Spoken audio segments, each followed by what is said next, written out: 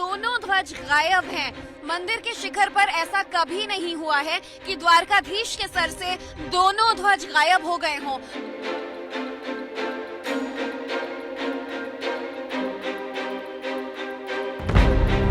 घरों से बाहर निकलना शुरू कर रहे हैं धीरे धीरे, और जो मजबूरी है क्योंकि ज्यादातर लोगों के घरों को नुकसान पहुंचा है। सुबह जब वो अपने अपने आशियाने पहुंचे, किसी के घर में बड़ा पेड़ गिरा है, किसी के घर के दरवाजे खिड़कियां गायब हैं, किसी का जो फर्नीचर बाहर आंगन में रखा था वो उड़ा हुआ यानी टूटा हुआ पाया गया है।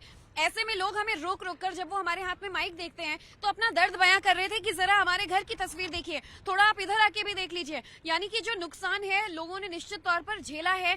अभी भी हवा की गति यहाँ बहुत सामान्य नहीं हुई है, विंड प्रेशर काफी है, लेकिन हल्की बूंदाबांदी है। ये जलाशय आप मेरे पीछे देख रही होंगी, ये लग रहा है जैसे यहाँ कोई समुद्र बह रहा हो, लेकिन ये गोमती नदी है श्वेता, ये समुद्र नहीं है। रात भर हुए तूफान, आंधी, साइक्लोन के बाद देखिए गोमती का स्तर इतना ज्यादा बढ़ गया है कि ऐसा लग रहा है कि यहाँ पीछे अरब सागर है, ये समुद्र बह रहा हो, लेकिन ये गोमती है। हालांकि जहां आप सुदामा पुल देख रही हैं, वो जो ब्रिज है उसे सुदामा पुल कहते हैं, ठीक उससे थोड़ा आगे गोमती नदी खत्म हो जाती है और अरब सागर शुरू होता है। तो अरब सागर का पूरा जो पानी है वो नदी में शिफ्ट हो चुका है, नदी ओवरफ्लो हो रही है। यानी अगले कुछ दिन यहाँ पर लोगों के लिए वार्निंग रहेगी, और ऐसे में तमाम घाट जो हैं वो अभी भी पानी में डूबे हुए। लेकिन सबसे ज्यादा परेशान कर देने वाली बात श्वेता, वो द्वारकाधीश के भक्तों के लिए मंदिर का क्षितिज आप देखेंगी, मंदिर का जो शिखर है वो आप देखेंगी तो बहुत ज्यादा दुख होगा।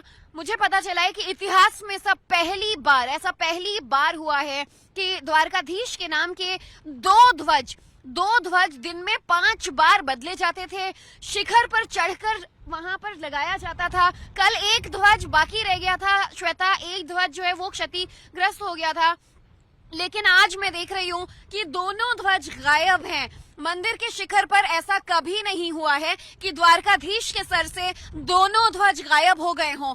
और यहाँ पर द्वारका में इसे लोग ये कहते हैं कि द्वारकाधीश जो हैं वो हर खतरा अपने सर पर ले लेते हैं, इसीलिए लाख नुकसान के बाद भी यहाँ के लोगों को कुछ नहीं होता।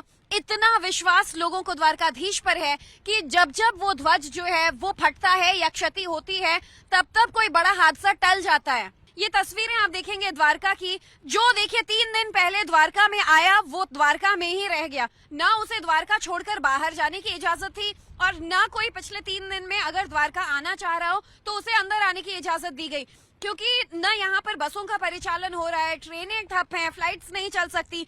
ऐसे में यातायात का कोई साधन ही नहीं है लोगों के पास।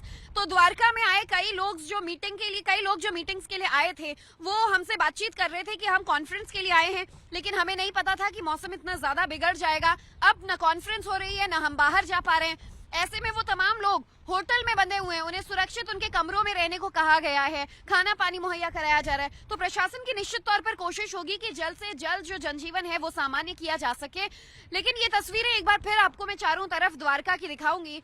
आप देखिए कैसे जो जलाशय है, तूफान चला गया लेकिन तूफान की तबाही का मंजर और तूफान की निशानी अभी यहाँ बाकी है।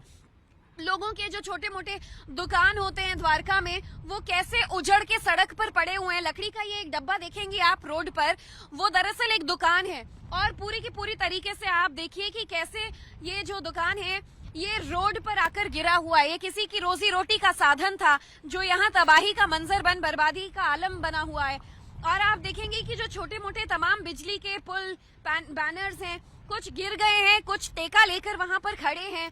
ऐसे में द्वारका में हर तरफ बिजली के खंभे गिरे और पेड़, ये तस्वीरें आपको बहुत ज्यादा आम नजर आएंगी इस तूफान के बाद। अब 2-4 लोग जो हैं वो सड़कों पर निकलना शुरू कर रहे हैं। देखिए उस स्तंभ नुमा गोलाकार के पास आप देखेंगे कि 4-5 युवा जो हैं वो आकर अब सेल्फीज ले रहे हैं। ये टूरिस्ट हैं जो 3 दिन से कमरों में कैद थे। अब तूफान के चले जाने के बाद इन्हें लग रहा है कि वो जो थोड़ा बहुत द्वारका अपनी नजरों से इस वक्त देख पाए वो देख लें, और इसीलिए लोग यहाँ पहुंचकर फोटोग्राफी कर रहे हैं, लेकिन दुकानें बंद हैं।